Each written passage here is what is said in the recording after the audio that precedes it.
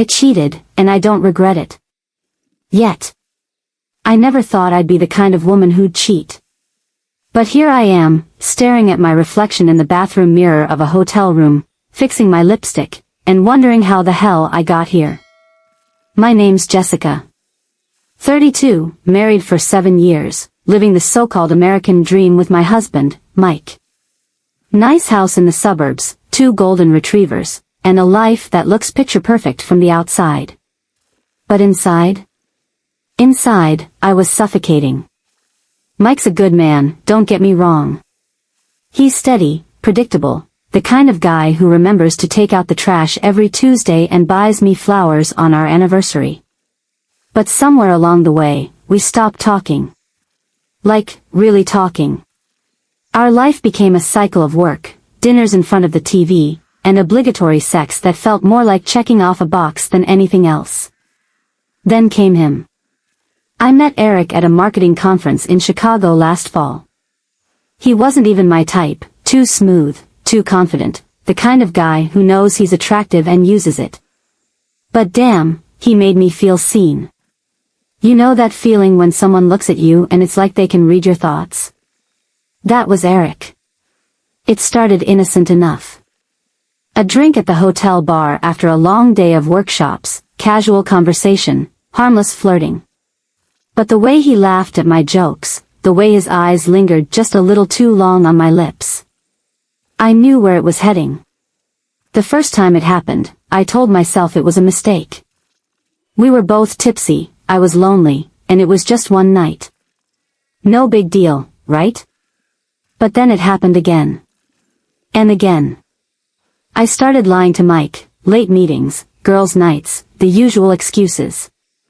And I got good at it. Too good. The thrill of sneaking around, the rush of knowing I had this secret life that was just mine, it became addictive. But here's the thing no one tells you about cheating, it's not just about sex. It's about feeling alive again. Eric made me feel like me again.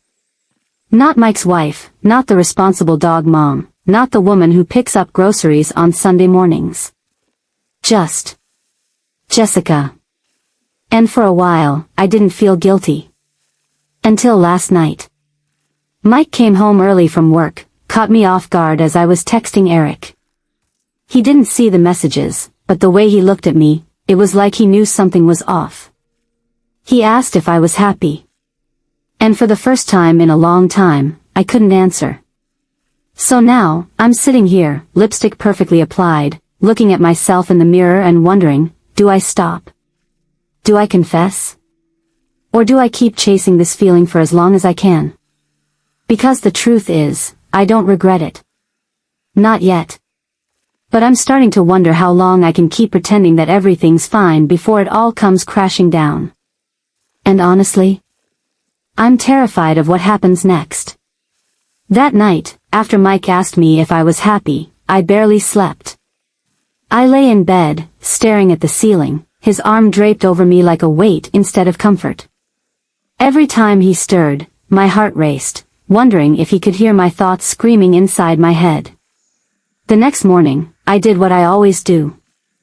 I put on my best everything's fine face, kissed him on the cheek, and headed to work like it was just another day. But something had shifted. The thrill I once felt when I saw Eric's name pop up on my phone was now mixed with something else, something heavier. Guilt. I didn't want to admit it, but it was there, gnawing at the edges of my mind, making me second-guess every excuse, every lie. And the worst part? Eric noticed. "You've been quiet lately," he said over lunch, his fingers brushing against mine across the table. "Is everything okay?" I forced a smile. "Yeah, just work stress." He didn't buy it. I could see it in his eyes. And for the first time, it hit me, Eric didn't really know me. Not the real me, the one who spent Saturday mornings cleaning the house or arguing with Mike about bills. He only knew the version I let him see, the fun, carefree Jessica who wore red lipstick and heels, who laughed at all his jokes, who didn't have responsibilities waiting at home. And suddenly, I felt exhausted. That night, I sat in my car outside our house for a long time, just staring at the front door. Inside was Mike, probably watching TV with the dogs curled up beside him, waiting for me. And inside my phone, in my purse, was Eric, waiting too. Two different lives, two different versions of me, and I felt like I didn't belong in either. I thought about walking in and telling Mike everything.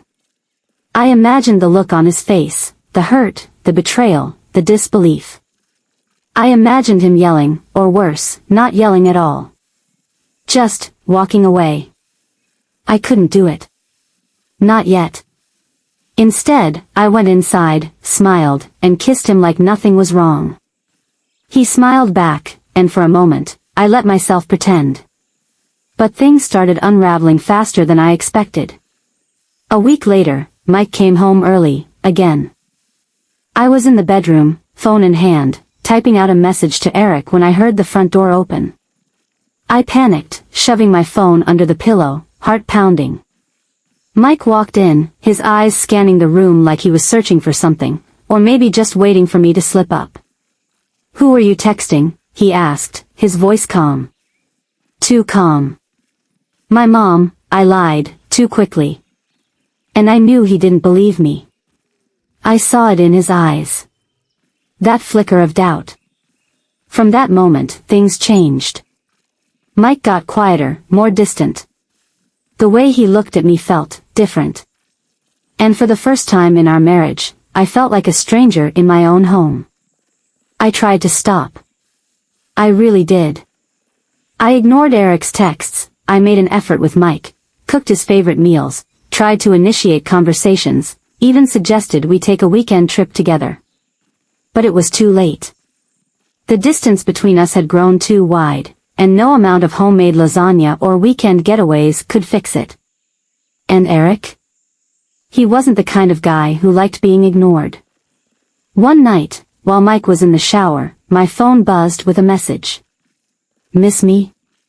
I stared at the screen for a long time. And then, before I could think twice, I replied. "Meet me tomorrow." It was a mistake. I knew it the second I hit send. But something inside me, some desperate, broken part, needed to see him.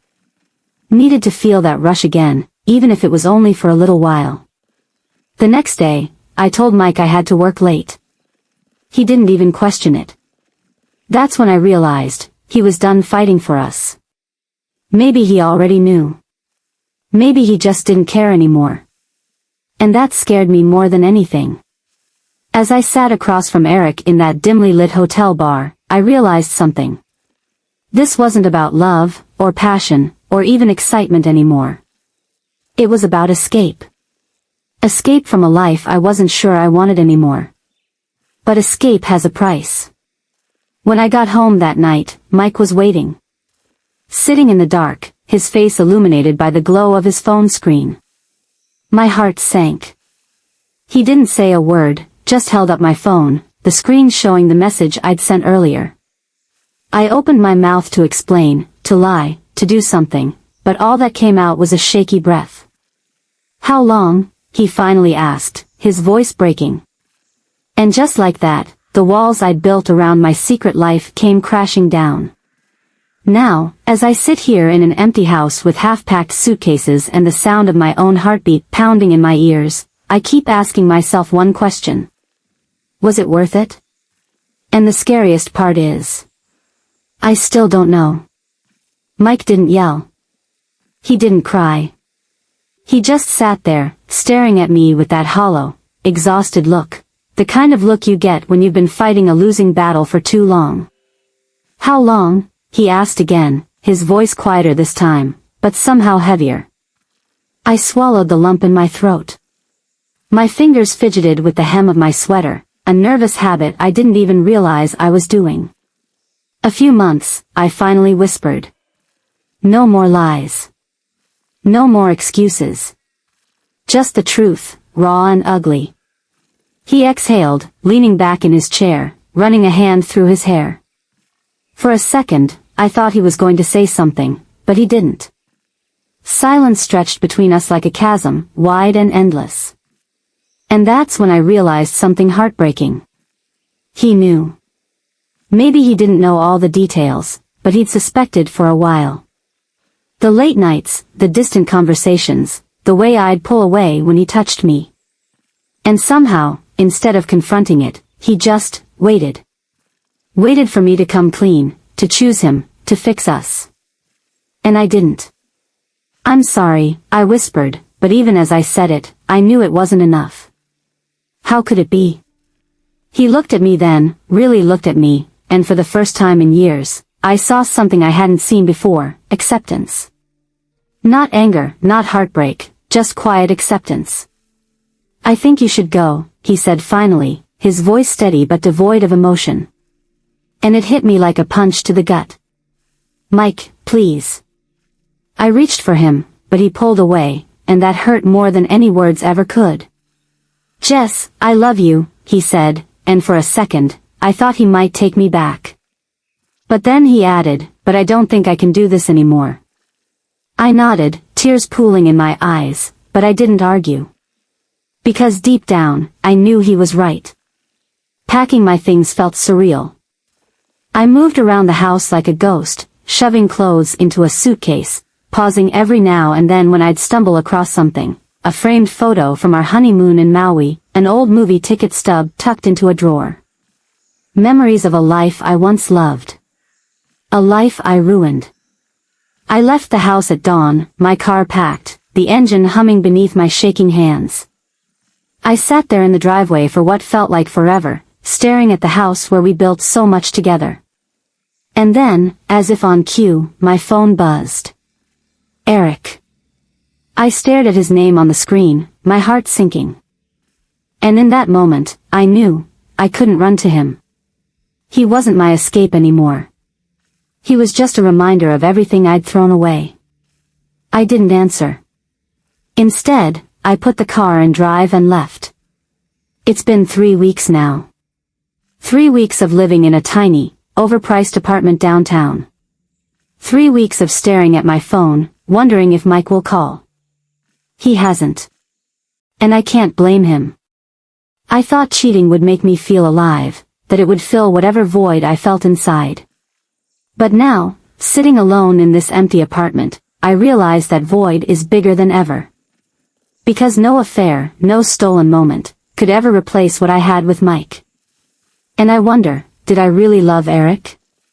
Or did I just love the way he made me feel? The hardest part isn't losing Mike. It's realizing I lost myself. Some nights, I think about calling him. Apologizing. Begging. But deep down, I know that some things can't be undone.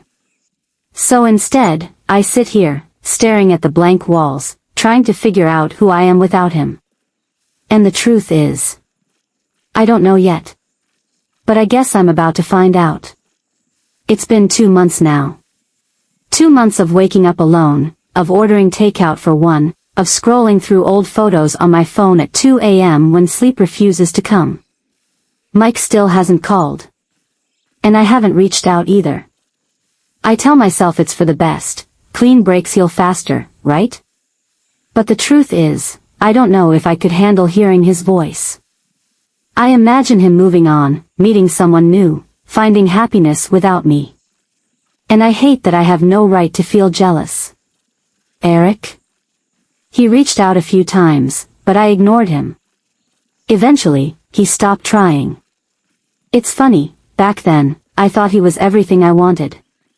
Now, he just feels like a mistake I made when I didn't know what else to do. I've started therapy. My therapist, Lisa, is kind but direct. The first thing she asked me was, "Why did you cheat?" And I couldn't answer. I just sat there, staring at my hands, feeling like a child caught red-handed. But as the sessions went on, I started peeling back the layers. I cheated because I felt invisible. I cheated because I was afraid of how predictable my life had become, of how I wasn't the person I thought I'd be at 32. I cheated because I thought something, anything, could pull me out of the numbness I felt. But all it did was break me more. Lisa told me something that stuck with me. She said, sometimes, people break things just to see if they can put them back together. But not everything can be fixed. And God, that hit hard. I've been trying to fix myself, though. Slowly. I started running again, something I hadn't done since college. It's the only time I feel like I can breathe, just me, the pavement, and the sound of my feet hitting the ground. It doesn't fix everything, but it's a start. Then there are the nights. The loneliness creeps in like an old friend, wrapping around me, reminding me of everything I lost. I used to fight it, drown it out with noise, Netflix, wine, meaningless distractions. But now, I just let it sit with me. Because maybe I need to feel it, to understand it, before I can move on. I ran into one of Mike's friends the other day, Chris. We were at the grocery store, standing in the frozen food aisle, and for a second, I thought about ducking and hiding. But he saw me first. He looked at me like I was someone he used to know, and that hurt more than I expected. "Hey, Jess," he said, his voice cautious, like he wasn't sure if he should even say my name. "Hey, Chris," I managed, forcing a smile. There was an awkward pause, and then he said, "Mike's doing okay." I nodded, swallowing the lump in my throat. "That's good." And that was it. A few polite words before he walked away. But the way he said it, "Mike's doing okay," felt like a punch to the gut. Because I'm not okay. And I wonder if I ever will be. A few nights ago, I finally opened my laptop and started writing an email to Mike. I stared at the blank screen for what felt like hours, trying to find the right words. But there weren't any. What do you even say to someone you betrayed? "I miss you. I made a mistake. I'm sorry." In the end, I just closed the laptop. Some things are better left unsaid. But deep down, I wonder, does he miss me too? Or did I really ruin everything beyond repair? For now, all I can do is take it one day at a time. And maybe, just maybe, one day I'll figure out who I am without him. It's been 6 months now. Half a year since I walked out of our house and left everything behind. Some days, it feels like a lifetime ago. Other days, it feels like I could turn the key and walk right back in, like nothing ever happened. But I know better. Some things change forever.